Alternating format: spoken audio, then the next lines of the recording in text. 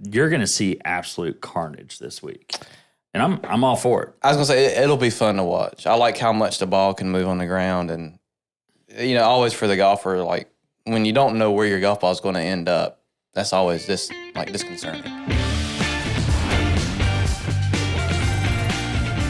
Welcome back to episode 55 of Loggerhead Golf Podcast. Exciting week for us. As you guys know, we are in Wilmington, North Carolina, about 2.5 hours away. We've got this little town called Pinehurst where there's a small golf tournament going on this week, right? Yeah, little golf tournament going on. So the 124th playing of the U.S. Open is at Pinehurst No. 2 this week, and it's going to be an exciting week. It was nice to see some of the coverage yesterday from the, just practice round. Yeah, I mean, I hadn't watched any of the coverage yet, but I'm sure if the golf course is firm and fast, it's going to be interesting around NBC Pinehurst. already has Johnson Wagner out there. I did see that. I didn't watch it, but I saw I'm going to say, as cheesy as it may seem, that's elite content right there. Hell yeah. What he does at all these tournaments and stuff. Because he went out there, and I forgot which green. He was on 9. He was on 9 green, just throwing balls around. Oh, yeah, he was par throwing 3. balls on the right side. And he was like, yeah, he goes, if you just land the ball on this right side, he goes, I don't know what happened. It's like, no, we all know what's going to happen. You're seeing the ball roll 30, 20 yards right off that green. You're going to see absolute carnage this week. And I'm all for it. I was going to say, it'll be fun to watch. I like how much the ball can move on the ground. And, always for the golfer, like, when you don't know where your golf ball is going to end up, that's always disconcerting. Mm-hmm. There's several holes where you can hit a pretty good shot, be close to center of the green, and then by the time your ball stops rolling, you may be, 40, 50 yards off the green if you're not careful, if it catches the wrong slope. Yep. So you're going to get some of those kind of luck at a rub at a green, luck at a bounce a little bit. How many times have you played it?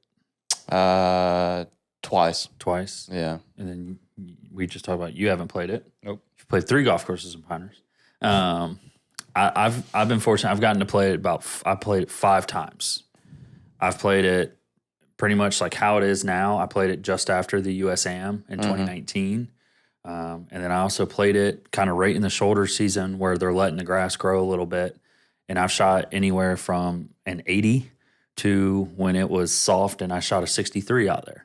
I was like, when that golf course is a little bit soft, it is much easier. Yeah, because you don't realize how wide the fairways are when it's soft. Yeah.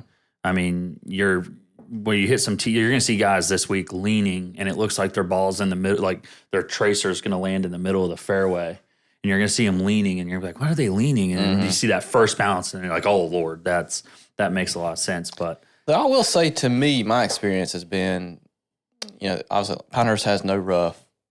In the sand scrub, the whatever they call it now, I guess really they're calling it natural areas. Natural areas. I call it sand scrub. But my experience has been your luck is better than what you think. You generally get a pretty decent lie in there. Mm-hmm. Now, if you get the odd bounce and you end up right up against one of those love grass plants or something, yeah, it sucks. Shouldn't have been there. But most of the time, you got a pretty decent shot out of there.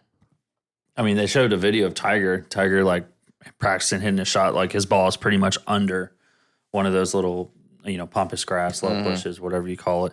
And there ain't much love when your ball's under there. But they showed him like trying to hit a shot, and he just like absolutely like toe shanked one.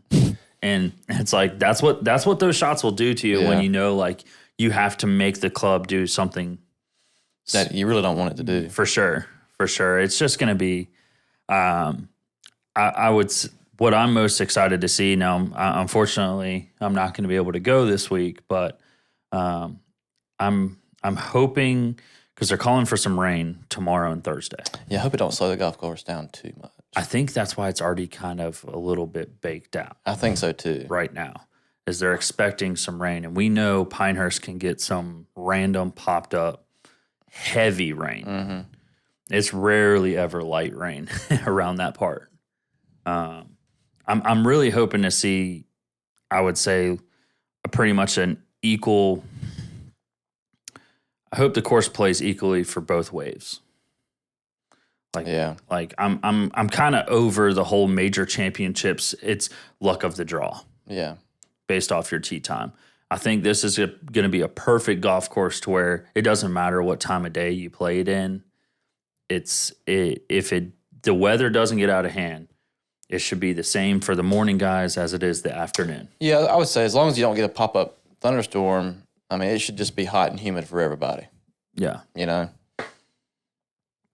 I think, but leading into this week, who would you guys say your favorites are? Not Wyndham Clark. Yeah, I don't think Wyndham got a chance, unfortunately. He's turned into the new Taylor Gooch Yeah, well, without the asterisk. except he's Well, playing he's less there. golf He's than there. what Taylor Gooch is. He's only playing 36 holes. That's true. Yeah, he's only been playing 36 holes. But, My pick would be, you got to go with Scottie. As long as he can keep his courtesy vehicle on the road and not get pulled over by any police officers or anything. did you see what Pinehurst Resort said? Pinehurst Resort tweeted out, Officer Gillis is not allowed on property this week. God. It's like, wow. I've seen the funny meme videos of the police department. They put a picture of Scottie. Guys, this is Scottie Scheffler. If you see this man, you guide him to the course. I don't think Scottie Scheffler is driving himself. I was say they probably have some different plans in place for this week, but he would be my pick. I mean, if you're a betting man, that's the smart money to put. Now, this is a second shot golf course. Yeah, so that's why Scottie Scheffler is going to be the best player. The two best players in the world right now with their strokes gained approach, and no one is even close. Xander's closer than everybody else to these two is Collin Morikawa and Scottie Scheffler. I think Collin Morikawa will probably win this week. You think so? I think he's showed probably, other than Scottie, he showed the most consistent form when it comes to playing well on different golf courses. He's the only player to top 5 in the first 2 majors. At Valhalla, he just needed putts to fall on Sunday. And he was right there. He was right there. I mean, Memorial this past week, he shot under par when the field averaged 75 on Sunday. I mean, it's hard to think with how well Collin Morikawa's played after having a lackluster past 2 years. I think this is his style of course, because you've got to remember when he won at Carnoustie. Firm, fast. I mean, ball played on the ground. It's all about, one, driving accuracy, and second shot, putting the ball where you need it to go. Yeah. Obviously, Scottie Scheffler, we know, is going to do that. I mean, he's on an historic run right now of the tournaments that he's won. I just think that, a lot of people I think Xander will be up there, but I think it would surprise me to see Xander play well this week. I think with how well Collin's iron play is right now, and how he's also just kind of placing the ball and play off the tee. Everyone's like, oh, well, Collin's, leaving a lot of yardage, back with his driver. It's like yardage at Pinehurst, though. No. On paper, the scorecard, the course looks like it's super long, but it doesn't play it. And then I would say, I wouldn't be surprised, because we know U.S. Open leads to some weird winners. I wouldn't be surprised a guy that played in the 2019 USAM wins this week. Interesting. Who do you think that might be? Sahith Theegala. Well, that's my pick. I think Sahith, and now that Victor is back with his coach and pretty good form. I know he had a rough Sunday, but with him putting so good, because I think this week's going to come down to around the greens and putting. Oh, it's always chipping and putting at Pinehurst. Yeah. Well, in Myron Keimer's case, it was never chipping. He putted every day. Yeah. It was just putting and putting. Because even Friday when I was in Pinehurst Friday, and just seeing they allowed us to putt in one of the greens they had set up, basically in the entertainment area. When you walk into the new gate on the top of the hill, they've got a putting green with the same stimp and everything as the course. And I mean, you breathe on it, it was gone. Mm-hmm.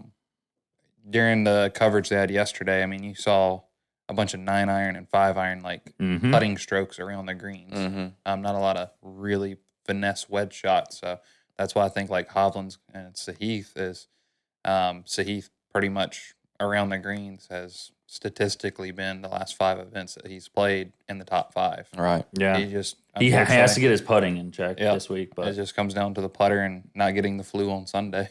Yeah.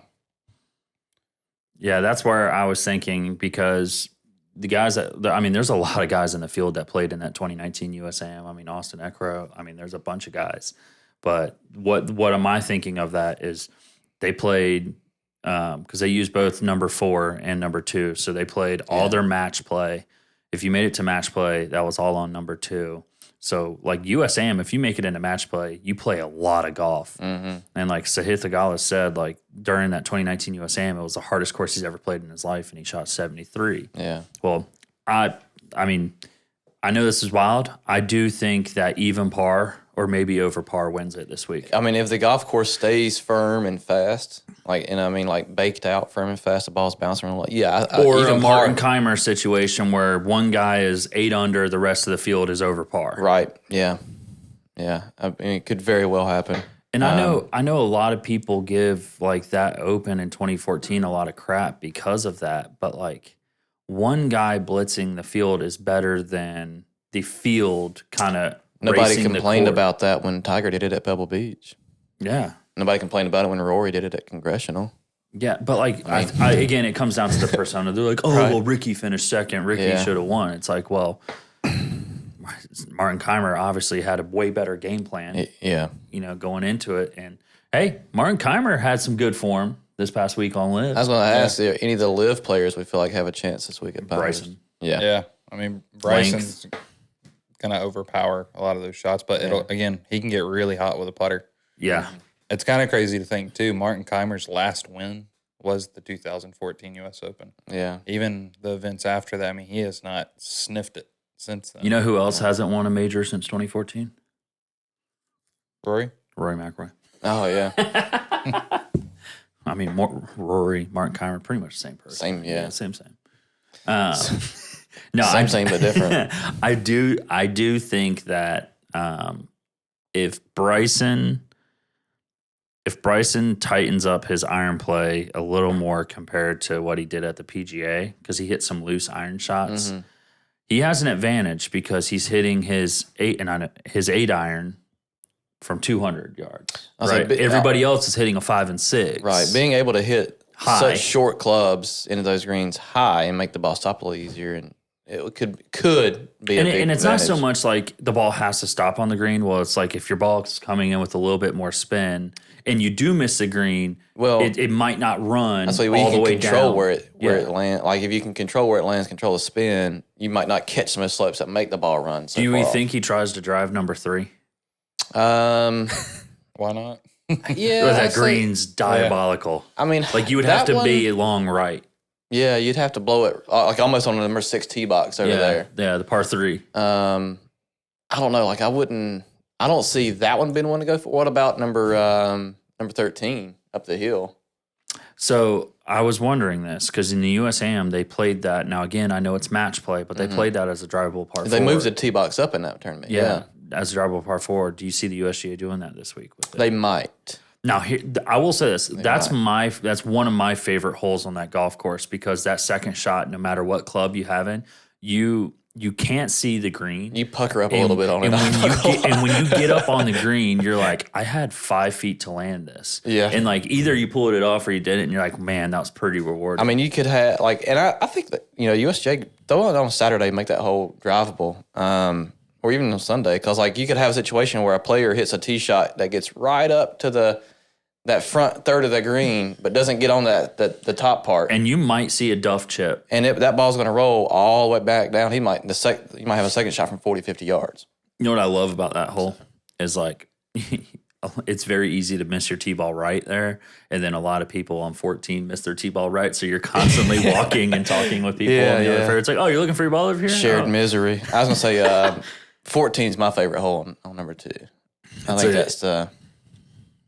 I don't know. I just think it's the prettiest. Like again, it's as pure of a Donald Ross hole as it gets. I mean, maybe the most natural setting. I love how the green kind of fits into basically that little ridge there before it goes down to 15 tee box, and then you have that little cross bunker, juts into the fairway, pinches it down a bit. The hole just, I think it's a really pretty hole. Yeah, it's that little longer to mid length par 4. Plays a little longer. I think it's going to be an awesome week. I really hope that the amateurs that run the USGA do not mess this event up like they do a lot of their events. But I think Pinehurst has definitely taken more of a role in setting this up as far as like the actual people involved at the resort compared to letting a USGA just make all the decisions. Pinehurst definitely has experience in running this event. Why do you say that Wyndham Clark isn't going to win? Because he showed up on property, and the first thing he did in press conference was cry about the greens. Yeah.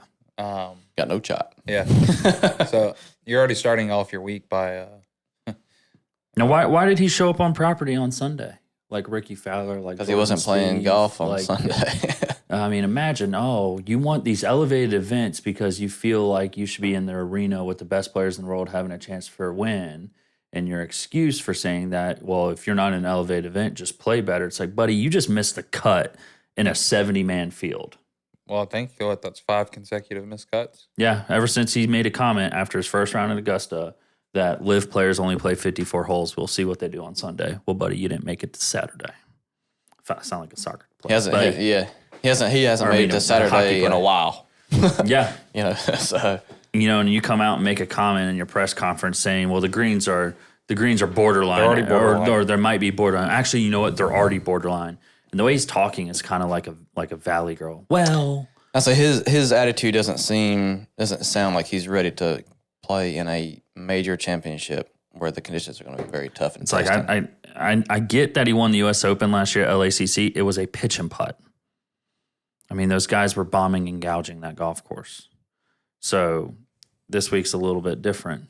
And then, I mean, I will say if a lot of these players that missed the cut at Memorial or didn't even sniff winning, I'm going to go out and say they have no shot this week. Because I actually like how Memorial led into this tournament because what made Memorial so hard this past week? Well, what did the course play? Too. I mean, it was hard. It was, 72.7 or something like that scoring average on Saturday and 73.5. 75 on Sunday. Yeah. So, I mean, it's because it was firm. That's what they had it baked out. They had 7 players on Friday shoot over 80. Yeah. I mean, so it's like, unfortunately, I mean, it would be cool to see, but I don't think we're going to see a Ricky T2 like we did in 2014. You never know. You never know. I mean, he was out there Monday. He was out there Sunday, too. But Monday he had 9 putters he was testing. Got to find the right one. Hey, it's our job to tell people if it doesn't work, we can find someone that does. Yeah. Well, maybe he can go to Wyndham Clark psychiatrist then. Well. What are, I know we kind of talked a little bit about golf course. What are the holes we want to watch at Pinehurst number 2? What are the interesting holes to us? 5, the par 5. 5 is definitely the hole to watch. 5, the par 5. And I would also say, other than 5, I mean, 13.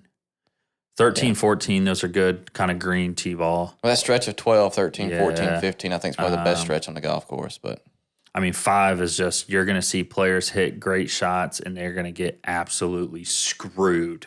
So to me... And then you're going to get people that are up around the greens. I just can't wait for, like, the just hands on the hips where people are just sitting there looking at their ball like, what do I do? I was going to say, so to me, like, 5, when I look at it, and this is why I made the argument that I would really like to see it return to a par 4 and how Ross had it configured. That's 4 the par 5. Right. And so to me, that green, for one, is treacherous. I mean, there's hardly a pinnable location on it. The entire front third of the green is false front. If you miss it right, your ball's kind of in a swale that it runs down. The entire left third of the green is a false edge, and then if you hit on top and it bounces one bounce through that green, you're going to a little low swale on the right side. So it's basically an island green, just with no water or anything around it. And then your island, you got the hits maybe about 2 times bigger than this table. So you're going to have a lot of guys, it being a par 5, that can reach that green in 2. But won't be able to hold that green in 2. So what's going to be interesting there is to see where those balls roll to, where they end up at, because there's going to be some shots, some third shots played from number 4 tee box down there. And do they get it up and down? What scores do they make from there? I think to par, number 5 won't be the hardest hole to par, but I think it will probably average as the highest score. I see what you're saying. Yeah. So it's going to be a par 5 that won't. You're saying it's going to average around par. It's going to average, I think, like 5.25 or so. You think it's going to average over par? Yeah. Because I don't think of the guys, like I say, of the guys that go for that green in 2, it's way less than a 50-50 chance of hitting that green in 2. Yeah. It's probably a 1 out of 10 at best chance of hitting that green in 2. I would. And so up and down around that green is probably at best a 50-50 proposition. I think number 6 is going to be a fun par 3 to watch. Yeah. I mean, because they have a tee box back there now that's 232 for that hole. Mm-hmm. Usually standard play, like if you go play around there with your buddies, It's around 200. It's going to around 200 at the longest, but they stretch that out. And I think 18 is going to be, again, that second shot. That green, you don't realize it's kind of that little knob on the front makes you think so much about carrying it. Mm-hmm. But if you carry it too far, you can hit it out of bounds in a hurry. Well, that's what I was going to say. I mean, just sitting on the patio at the Deuce, and it's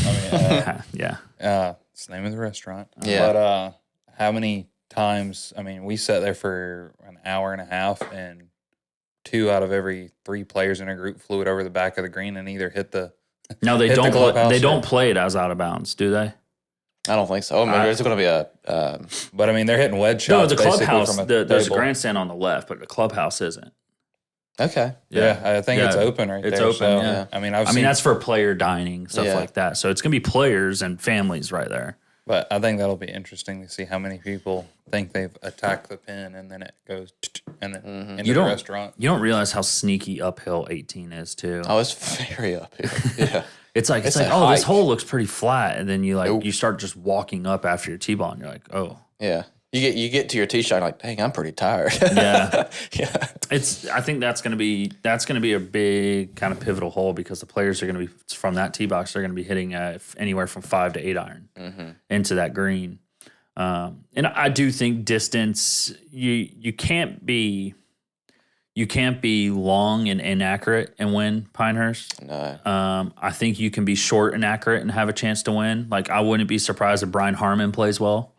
I mean, his little cut, that low cut he hits with his driver is, I mean, there's a lot of holes for a lefty to hit a cut on at That'll Pinehurst. work out really good. Like number 1. Yeah. Number 1's a perfect example where Or really, you can run 1, 2. a lot of players aren't going to be hitting driver on 1, but like if you can hit for a righty, a low draw, whatever club, it's essentially like 10. It's like Augusta number 10. I mean, I think that kind of shot shape suits really well for Pinehurst. Yeah. I mean, there's a few holes on the back nine that for a righty, a cut definitely favors. But, I mean, number 2, a cut. I mean, number 2 is going to be another hole that tee ball is going to screw a lot of people. Mm-hmm. Yeah, because 2 It's kinda hard pitches to down hit a it bit. right enough on number 2. But then it's easy to Actual get too hole far. 2, I should say. Yes, it's easy to get it too far right, too. Yeah. Though. You know, that little sandscape creeps in so much quicker. No, go ahead. I was going to say the other hole I think will be interesting to watch is going to be 16. The par 3. And no, the Or 16 is par 5 converted to par 4. Par 4, yeah. I mean, because that's a green, it's meant for par 5. Yeah. You know, so and it's late in the round, so you could have some big 2-shot, maybe even 3-shot swings on that hole coming down to close the round, especially like on Sunday. Yeah. 15 the par 3. 15 to par 3 is brutal. It's that green is, I don't know. This is why I'm thinking this week we might see an even par. I think low single digit under, if anything, but maybe even over par. Yeah. I wouldn't be surprised. And I'm not saying that's due to lack of skill. It's just survival of the fittest. I'm gonna say, and when you look at all the images of Pinehurst on TV and everything, like the greens, like you can tell there's some slope to them. But the greens don't look that severe. Yeah, the greens are big. The greens are fairly big. The greens are big, but play really small. Yeah. But when you stand on proper, like when you stand just at the front edge of a green, you look at it, you see the greens, like the Perfect slope example. is very severe. Anybody, even if you can't play, you can go sit on the back patio and watch people hit into 18. Yeah. 18 is a perfect example of what Pinehurst greens are like. Yeah. It looks very flat from 20 yards away. Yeah. And then you stand on the green, you're like, scratch your head. how do I hold this? Yeah. So There's one player in particular that has got my interest since he supposedly had a foot injury last week. That's Rahm. Jon Rahm, his infection. I know. Obviously, Beware of the injured golfer. Yeah. Well, not only that too is he's kind of been irrelevant, and I hate to say it so bluntly, but He's played very poorly in the first 2 majors. Yeah. One of the best comments I've seen is, I made an equipment change for Pinehurst, and the driver, he went to a Ventus Black 7X. Away from the Rogue? From the Rip, Tour Green, Green. The Rip yeah. or whatever? And the number one comment on Fujikura's post goes, we noticed the switch to the shaft as many times as he slammed it on the ground. I thought that was so funny. But nobody's talking about him. Yeah. And again, I know he's been out of form, but... Why do we think that is? I don't want to agree with the announcers or Brandel Chambly. But I think he's showing, by him trying to defend his decision, he's showing that he's like accepting a little bit of regret. Yeah. Yeah. Like when people ask him, like, "Are you sure you're happy with the live?" He should say, "Yes, I'm Absolutely. here." Like, who cares? Like this is my job now. I've moved on. But like him opening and saying, "Well, I wish I could still play in the Phoenix, and I want to support the PJ Tour." It's like, dude, you don't have to show your regret out in the open. Right. I mean, you know what they say? there's everything we do in life, It's right here. No regrets. No, not even one letter. Not even one letter. No, I'm saying. I think part of what you're seeing as well too is because so far since Rahm has joined Live, he's yet to play. Technically speaking, he's still a DP World Tour member, right? But he's yet to play a DP World Tour event. He's got to play 4 of them to keep his membership to DP World Tour, and why would he want to do that? Is to keep his eligibility for like Ryder Cup stuff like that, which they already announced. Yeah, they announced last week that maintain some world golf or official world golf ranking points. I think what he's sensing right now is that the Masters he's won, so he's got a guaranteed exemption in the Masters for as long as he wants. U.S. Open, U.S. Open he's won, so he's got 10 years. 10 years, yeah. But as far as the PGA and the Open Championship, he's on borrowed time. He has 5. I think he probably has 5 more years, 6 more years, something like that. Because I think for the other 2, you get 5 or 6 years. I think you get 5 years, so he's got probably 3 or 4 years. Yeah. left. So he realizes he's got to perform in these. He's got 4 tournaments a year. He's got to play well in to maintain official world golf ranking points, get a win, secure his position in those same 4 events again for the future. Also, too, I mean, I think this year is a lot different than his previous years. I mean, I think they're a lot around his life is changing. 3. Yeah. I mean, feels like just yesterday that he won the U.S. Open and he was on a tear. Not to say kids are the detriment to professional golfers, but I mean, how you feel about that, Kyle? I mean, my golf game's flourished since having. Hey, you were telling people you weren't going to play golf. You have played more golf since then. My career's over. Yeah, I remember hearing Colin Fittings. Yeah, well, my golf career is going to be ending, and he's Sunday morning from 8 to 12. That's my time to shine. Hey, and we're fortunate enough to get out and go. And you have played every day since. Oh, well, not every day. Every Sunday. Every Sunday, which is awesome. Yeah. The irony to your comment, though, and this is one thing I want to bring up. You said Rahm's got to perform. He can't play in these events. Yeah. So what if Rahm changes his name to Adam Scott? He might get an exemption. So Adam Scott has gotten 4 exemptions this calendar season, and he's missed the cut with all 4 exemptions, and now he got an exemption into a major. So do we think if he misses the cut here, he doesn't deserve any more exemptions into any events? Well, his world ranking is going to finally drop him out to where he's no longer eligible for the exemption. It'll take care of it. So like that's a weird thing about exemptions is you kind of have to be eligible to get the exemption. Right. So it's his 92nd major. Sergio Garcia, because he was the first alternate, now he ended up getting in. Right. So, but I think that's kind of my. He's been playing well. So Sergio has been playing well. Sergio played well, and then Joaquin Niemann doesn't get in, but Adam Scott gets in. I know. So that's my problem with it is if you're going to give Joaquin Niemann's won world events this year. Yeah. So that's my thing. I mean, to Niemann's point, to the point on Niemann, he went through qualifying. He missed. Yeah. He didn't. So did Adam Scott, and he missed. Yeah. I mean, I know, trust me. Your argument right now is the world golf ranking is a mess. Correct. Yeah, and that's the point I'm making. It doesn't work. Yeah. The U.S. Open, what makes it so unique is Joe from Gastonia, North Carolina, could play at Deerbrook. I think there's a middle school teacher that qualified. Yeah, there was.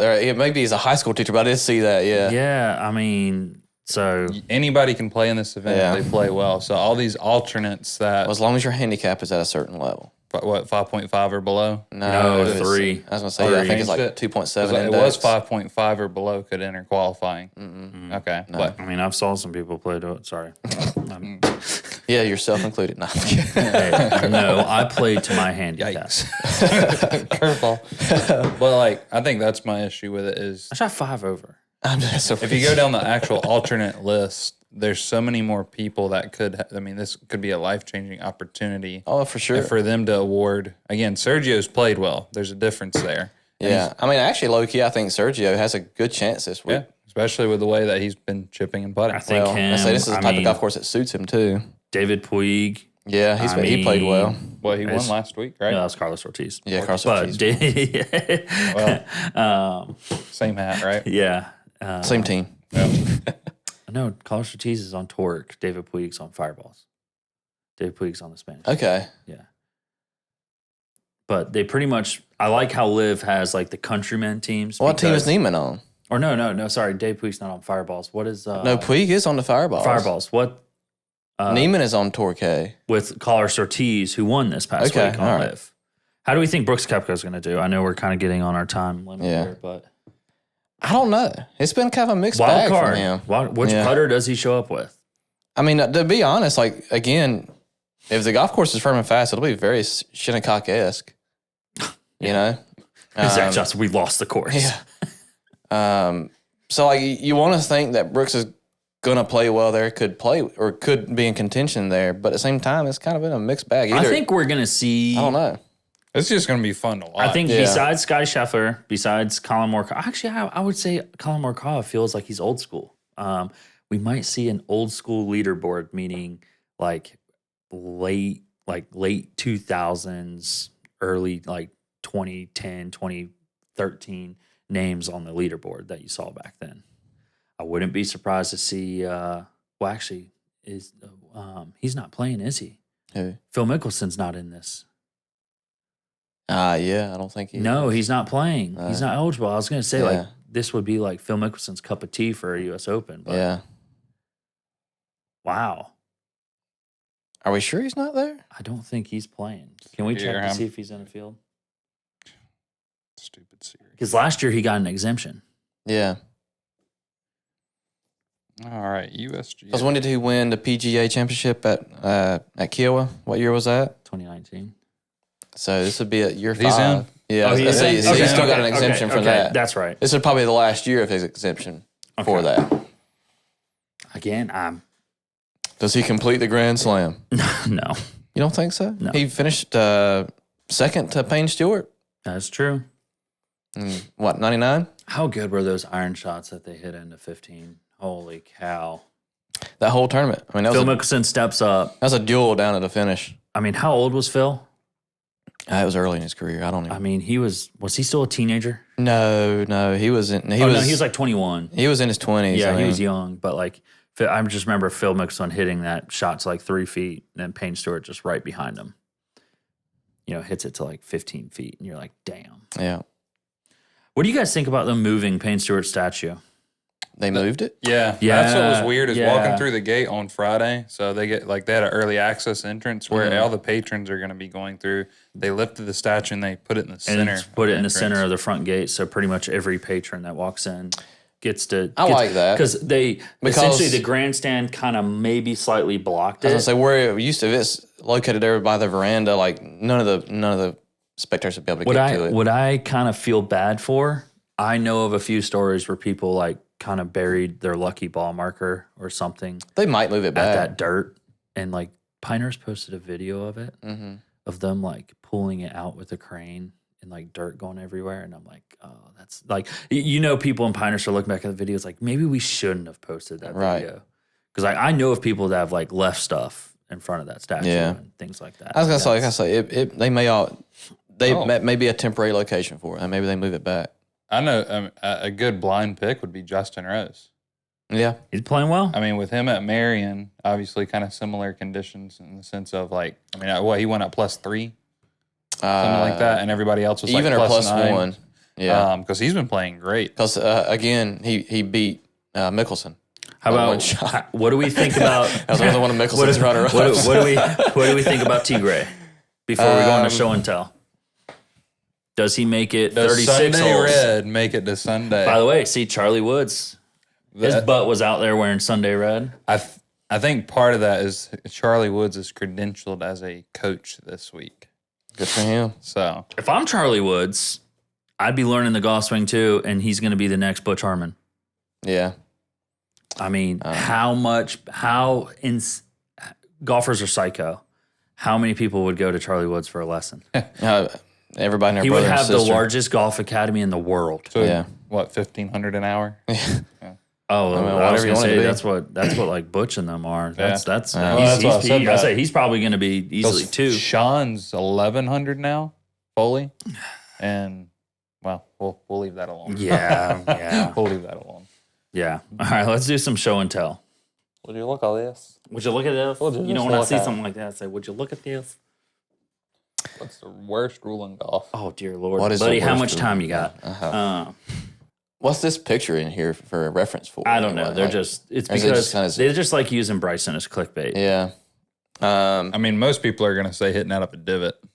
That's not a rule, though. Correct, but that's a Well, I mean, But yes, you're right. That's what. yeah. That's for what. 20 years. That's been the most argued thing that they want to put in the I rule would book. say. I would say, yeah, I'd have to go with that too. Yes, you got to play the balls at It's lies. the worst non-rule in golf. Well, I mean, it's not a non-rule. You play the balls at lies. Yeah. So you're But- saying playing the ball as it was. is But the even worst when you rule. play the balls at lies, your ball plugs in the ground, which is an abnormal ground condition. You get to have relief. have I'm gonna relief say from this that. right now. I feel like the embedded ball rule is way too loose. That's probably the one that sticks out to me. What do you mean by that? I just don't like how. Because I feel like that's pretty well defined. It's very like I just don't like how, you got to play the ball if it's embedded in the side of a bunker, but if it's embedded in a bush or in the rough, you get side relief. of a bunker. Well, in the side of a bunker, that's what I said. If it's embedded in the sand, yeah, that's in a penalty area or a hazard. Sand is no longer determined as a penalty But area. still, it's played that determined way. as a. It's a So hazard. this is what I'm saying. Like they changed the whole terminology of golf course. How you have general area Yeah. and penalty areas. They consider bunkers general area Part of the now. general area. So I but feel you still like can't touch the sand with your golf club. no, which like that's what I'm saying. So like I would say. I don't know. I really don't have. Because like if it's plugged in like the I just- face I of a feel- I bunker and just like feel the side, that's still an but embedded ball. But I get that. But I'm saying if you hit a bad tee shot and your ball's embedded in the rough, yeah. right? Why is it that you get rewarded for that by getting a free drop? But if I hit a bad shot into a bunker face and it embeds there, I got to play that as it lies. Because you're expected to, when you hit the ball into a bunker, there's a chance your ball may plug. There should be But that when you hit it on- expectation if you hit it into high, wet rough. No, you brought like no. I shouldn't expect my ball to bounce in the rough. No, your ball can't break the surface See, of the soil. this is why I think, well, hey, I'm just saying. I think the embedded ball rule's fine. I think that's a bad choice, Nikki. I'm And just it's pretty saying- well defined. Hey, I'm just saying it, You've just gotten screwed on hitting bad shots and plugging it in bunker faces. Don't I do actually that haven't anymore. plugged it in a bunker face in a while. Well, then- I guarantee I will the next round. I was going to say, I'm guaranteed to hit it in about 4 divots next time I play. Yeah. You know? But again, you're talking about a rule that doesn't exist. How do you say it doesn't exist? That's not a rule. What do you mean it's not a rule? Playing a ball out of a divot's not a rule. That's just Yes, that's it is. just- It's you're just played, playing golf. you play the Playing- ball as it lies. So you're arguing playing the ball down is a bad rule. Right. I'm arguing with you. Your ball in hand. No, I'm giving you the same concession. You feel like there needs to be different rules for embedded ball. Technically speaking, a divot's no different than like an embedded ball. It's an exception to Then get relief. to play the ball as it Then lies. get relief. Yeah. It's beneath this. Hey, if the ball's embedded, get relief everywhere. That's all I'm saying. Nah. That's all I'm saying. I don't know. I don't know if there's any other rules. I think I say the spike marks on greens was the biggest thing probably, but now you can tap that down.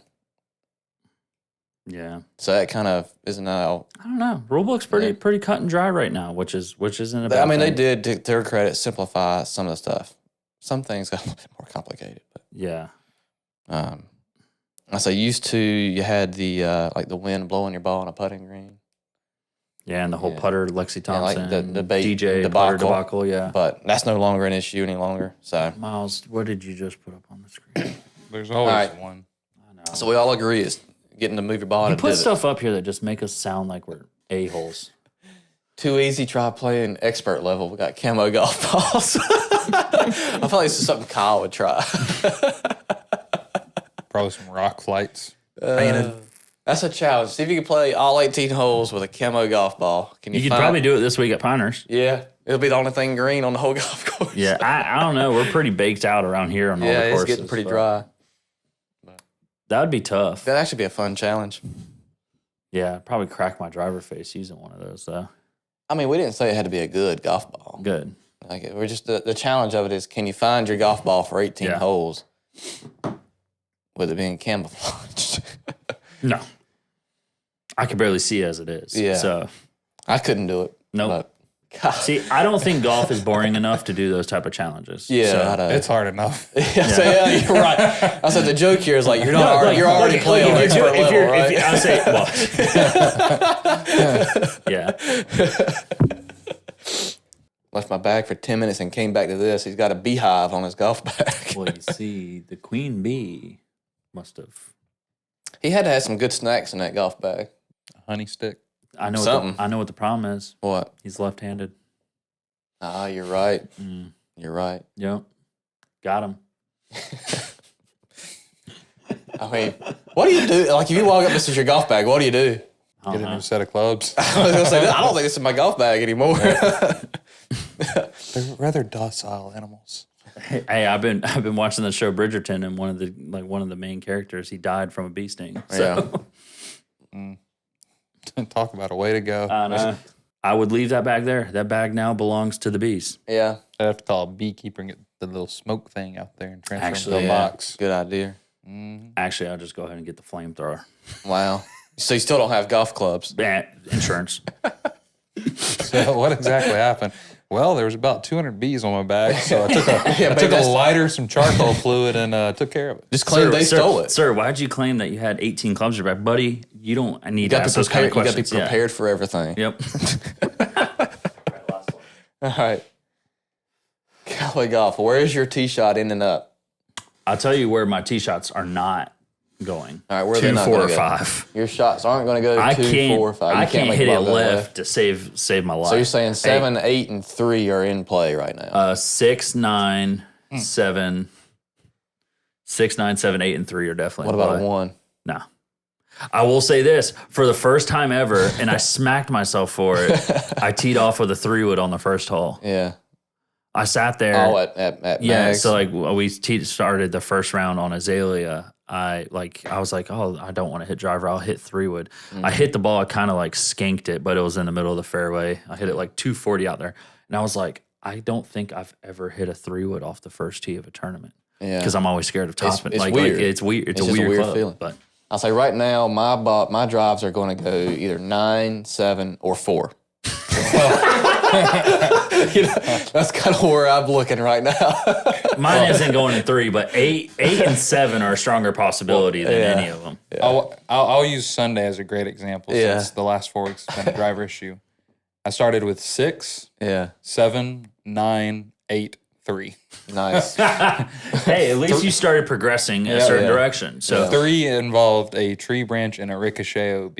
So 4 birdies and now then a most golfers will hit it anywhere from 4 to 5, and then I would say 7, 8, and 3. But like I get a lot of lessons that come in. They're like, I always hit it in 7, 8, and 3, but I want to work on consistency. I said, well, buddy, you're consistent. You're already consistent. Yeah. We just need to aim adjust further aim. left. But I can hit that Chardonnay fade to 7 real fast. Those bunkers I would be doing a practice round in a few of those bunkers just to make sure I'm prepared. I'll say, like, I'm either going to bomb it down the middle, hit just a slight little fade off to the right in those bunkers, or I might get a little stuck inside and duck hook one. I ain't got that problem. Yeah. Well, kind of a special announcement. Obviously, this weekend coming up is Father's Day. Yep. So we are doing a promotion where if you buy a gift card for fitting this week, not only will obviously you be able to schedule the fitting, but the amount that you purchase on that gift card will actually take care of your fitting fee. But your fitting fee will get applied toward Correct. the golf clubs. like a singular fitting that's $90. That means you'll have $90 towards that club that we just fit you for. So pretty cool little promo that we're running for Father's Day. So, and that does end Saturday. We do close at 2:00 Eastern Standard Time. Schedule the fitting for any time. Yep. Just got to buy the gift card this week. Yep, just got to buy the gift card this week. You cannot buy the gift card online, but if you're not here in town, We can do it over the phone. we can do it over the phone and email you an e-gift card. So Yep. And then thank you guys for the support with the Krispy Kreme head covers. We've got 2 drivers left and only, I think, 1 or 2 blades once they come in. So pretty much sold us out instantly. So thanks for the support on that. And we've got a few more limited coming out here in the future. So stay tuned for that. Be sure to like and subscribe. Have a good weekend in Pinehurst if you are going, and we'll catch you on the next one.